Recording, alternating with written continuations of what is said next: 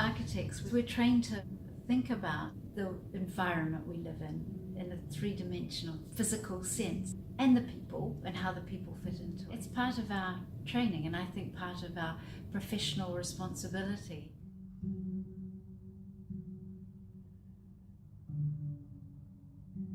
I've been very fortunate that most of my working life I've been with my partner David Mitchell, so we've always had a strong collaboration and discussion of these things. The Lockdoor House was very special for both of us really, in that they were trying to work out what to do with their old heritage building.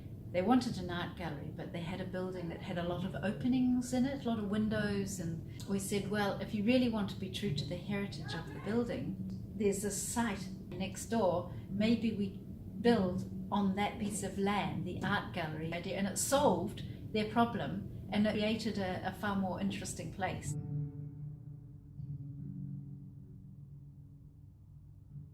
Because you are who you are, and I do like talking with people, but I don't think that's alone with females, and I think that's one of the strengths of architecture is that collaborative nature of the profession and people talking. How do we make this a good building? And I really like that part about it.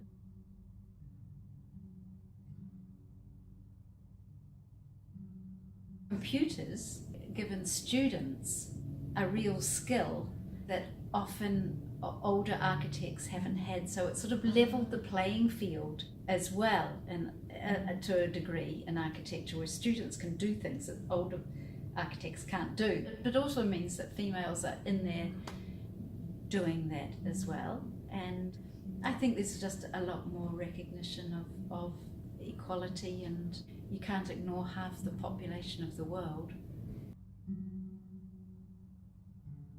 The developer that we were working with for our client saying, well, how are people going to come down here? And you just knew that if you started just putting restaurants and nice edges and a nice walkway in there, people would come. So he said, well, what's wrong with a boutique hotel? Let's put a boutique hotel there, because Auckland didn't really have any at that point.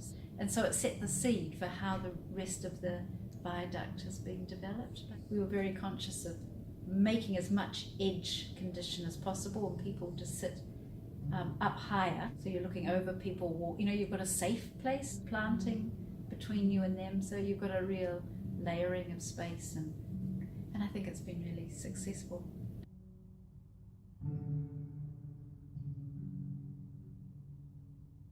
I think what's interested me over the years has been the political process of how our city is shaped. We were involved quite heavily when we were students in that. Actually, that's probably what started me getting involved, because there was a lot of heritage buildings being knocked down, and you just thought, this is wrong. So there was a lot more unrest and anger. So I think that's what got me more involved, and aware that you could stop things, or you could be involved, you could make a difference.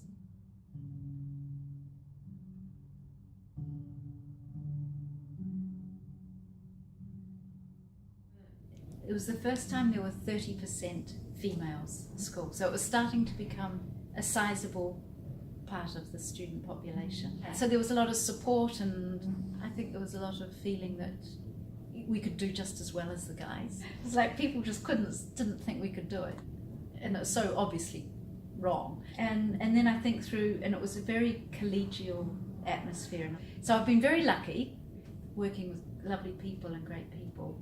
And we have worked hard, and I was really honoured to get that degree.